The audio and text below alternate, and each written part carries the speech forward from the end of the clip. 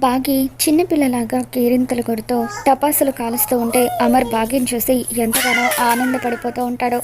ఇక అప్పుడు మనోహరి కావాలని అమ్ముని అక్కడ దీపాలు ఆరిపోయాయి కాస్త వెలిగించు అని చెప్పి అమ్ము వస్తూ ఉంటే దారిలో కాలు అడ్డం పెడుతుంది. దాంతో అమ్ము కింద పడబోతూ ఉంటే అప్పుడు తన చేతిలో ఉన్న దీపాలు ఎగిరొచ్చి బాగి చీర కొంగు మీద పడిపోతాయి. ఇక దాంతో ఒక్కసారిగా బాగి చీరకు మంటలు చెలరేగుతూ ఉంటాయి.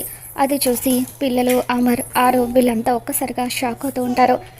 అమర్ వెంటనే రియాక్ట్ అయ్యి బాగి భయంతో కేకలు వేస్తూ ఉంటే ఒక్కసారిగా తన చీర పట్టుకొని లాగి పడేస్తాడు. ఆ తర్వాత బాగి భయంతో ఏడుస్తూ ఉంటే అమర్ గట్టిగా హగ్ చేసుకొని బాగి నీకేం కాదు నేనున్నాను కదా అని చెప్పి ధైర్యం చెప్తూ స్పృహ కోల్పోయిన బాగిని అమర్ ఇంట్లోకి తీసుకుని వెళ్తాడు. స్పృహ కోల్పోయిన బాగి ఫేస్ మీద నీళ్లు చల్లి బాగి బాగి అని చెప్పి అమర్ పిలుస్తూ ఉంటే కొద్దిసేపటికి బాగి స్పృహలోకి వస్తుంది. ఏవండి అంటూ బాగి మరొకసారి భయంతో అమర్ని గట్టిగా హక్ చేసుకుంటుంది. ఇక దాంతో అమర్ బాగి భయపడకు, ఏం కాలేదో, నా ప్రాణాలు అడ్డు వేసైనా సరే నిన్ను మన బిడ్డను కాపాడుకుంటాను, నీకు ఏమి కానివ్వను అని చెప్పి అమర్ ధైర్యం చెప్తూ ఉంటాడు. ఇక అప్పుడు అక్కడే ఉన్న ఆరు ఎంతగానో బాధపడిపోతూ ఏమండి ఇదంతా చేసింది ఆ దొంగ మొహంది మనోహరిని, వెళ్ళి దాన్ని మెడ పట్టుకొని ఇంట్లో నుండి బయటకు తరిమి కొట్టండి, పోలీసులకు అప్పగించండి, దానివల్ల మన బాగి ప్రాణాలకు ఎప్పటికైనా ప్రమాదమే, నన్ను చంపేసినట్టే బాగిని కూడా చంపాలని ప్రయత్నిస్తుంది, ప్లీజ్ అండి వెళ్ళి ఇప్పుడే దాన్ని బయటకు వెళ్ళగొట్టండి అని చెప్పి ఆరు అంటూ ఉంటుంది. ఇక ఆరు మాటలు మాత్రం అమర్కి ఏమాత్రం కూడా వినిపించవో. అసలు ఇదంతా ఎలా జరిగిందా అని చెప్పి అమర్ ఆలోచిస్తూ ఉంటాడు. బాగి వెళ్ళి శారీ మార్చుకుని రా అని చెప్పి అంటూ ఉంటే బాగి లోపలికి వెళ్ళి శారీ మార్చుకొని వస్తుంది. ఇక అప్పుడే పిల్లలు రాతోడు వీళ్ళంతా కూడా బాగి దగ్గరికి వస్తారు. ఇప్పుడు ఎలా ఉంది మిస్ అమ్మ అని చెప్పి అంజు ఆకాష్ ఇద్దరు కూడా అడుగుతూ ఉంటారు. ఇక దాంతో పర్వాలేదని చెప్పి బాగి అంటూ ఉంటే అప్పుడు అమ్మో మిస్ అమ్మ ఐఎమ్ ఎక్స్ట్రీమ్లీ సారీ, ఇదంతా నా పొరపాటు వల్లే జరిగింది, నేనే అనుకోకుండా కాలు స్లిప్ అవ్వడం వల్ల ఆ దీపాలు నీ శారీ మీద పడిపోయాయి అని చెప్పి అమ్ము బాగీకి సారీ చెప్తూ ఉంటుంది. ఇక దాంతో బాగి అమ్ముని దగ్గరికి తీసుకొని అమ్ముకి ముద్దు పెడుతూ లేదమ్ము ఇందులో నీ పొరపాటు ఏమీ లేదు అని చెప్పి బాగి అంటూ ఉంటే ఇక అప్పుడు అమర్ అసలు అంత సడన్గా చీరకు మంటలు ఎలా వ్యాపించాయా అని చెప్పి ఆలోచిస్తూ ఉంటాడు. బాగి రూమ్లో శారీ కట్టుకున్నప్పుడు తను శారీ కట్టుకున్న దగ్గర నుండి ఏదో బ్యాడ్ స్మెల్ వస్తుందని చెప్పిన విషయాన్ని అమర్ గుర్తు చేసుకుంటాడు. ఖచ్చితంగా ఇది అనుకోకుండా జరిగింది కాదు, పక్కా ప్లాన్ ప్రకారం చేసిందే అని చెప్పి అమర్ ఆలోచిస్తూ ఉంటే మరోవైపు మనోహరి మాత్రం అమర్ ఇప్పుడు దాన్ని సేవ్ చేసి ఉండకపోతే అది నా కళ్ళ ముందే మాడి మసైపోయేది, అనవసరంగా అమర్ దాన్ని కాపాడాడు అని చెప్పి మనోహరి కోపంతో రగిలిపోతూ ఉంటుంది.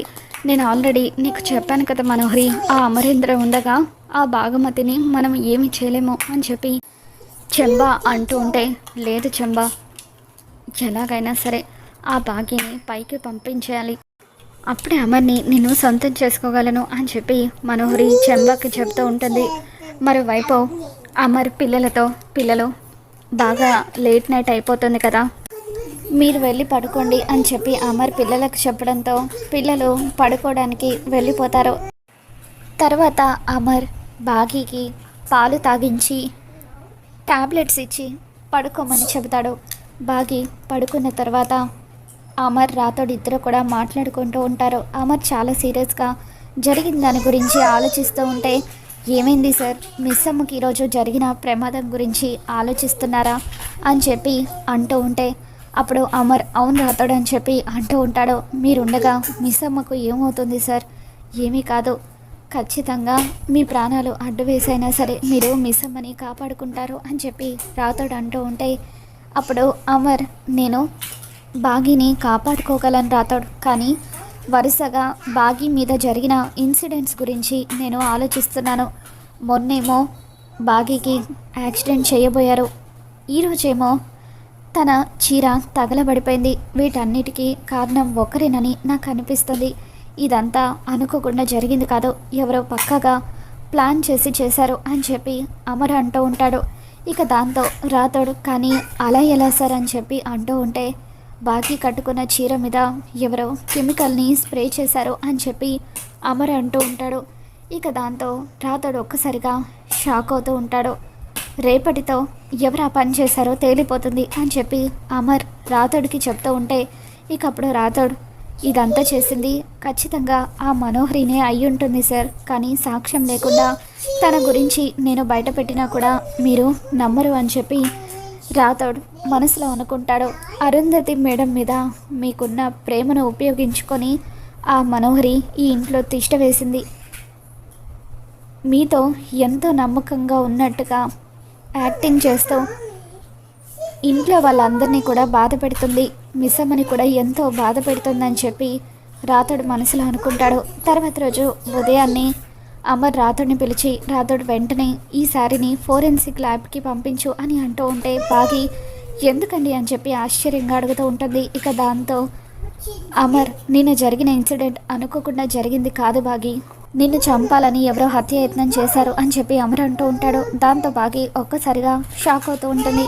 ఏంటండి మీరు అనేది, నన్ను చంపాలనుకున్నారా అని చెప్పి బాగి అంటూ ఉంటే అవును బాగి, నువ్వు కట్టుకున్న చీర మీద ఎవరో కెమికల్ స్ప్రే చేశారు. నిన్న నువ్వు శారీ కట్టుకున్న తర్వాత బ్యాడ్ స్మెల్ వచ్చిందని మనం ఇద్దరం అనుకున్నాం కదా, అది ఆ కెమికల్ స్మెల్లే అని చెప్పి అమర్ అంటూ ఉంటాడు. దాంతో బాగి పిల్లలు వీళ్ళంతా కూడా షాక్ అవుతూ ఉంటారు. ఖచ్చితంగా ఇది బయట వాళ్ళ పని కాదు, నా ఇంట్లోనే ఉంటూ ఎవరో బాగీని చంపాలని చూస్తున్నారు. అదెవరో తెలియాలంటే ఆ శారీని ఫోరెన్సిక్ ల్యాబ్కి పంపించి అలాగే ఇంట్లో వాళ్ళ ఫింగర్ ప్రింట్స్ అన్నిటినీ కలెక్ట్ చేయి రాతోడని చెప్పి అమర్ అంటూ ఉంటాడు. ఇక దాంతో అలాగే సార్ అని చెప్పి రాతోడు ముందుగా పిల్లల ఫింగర్ ప్రింట్స్ని కలెక్ట్ చేసుకుంటూ ఉంటాడు.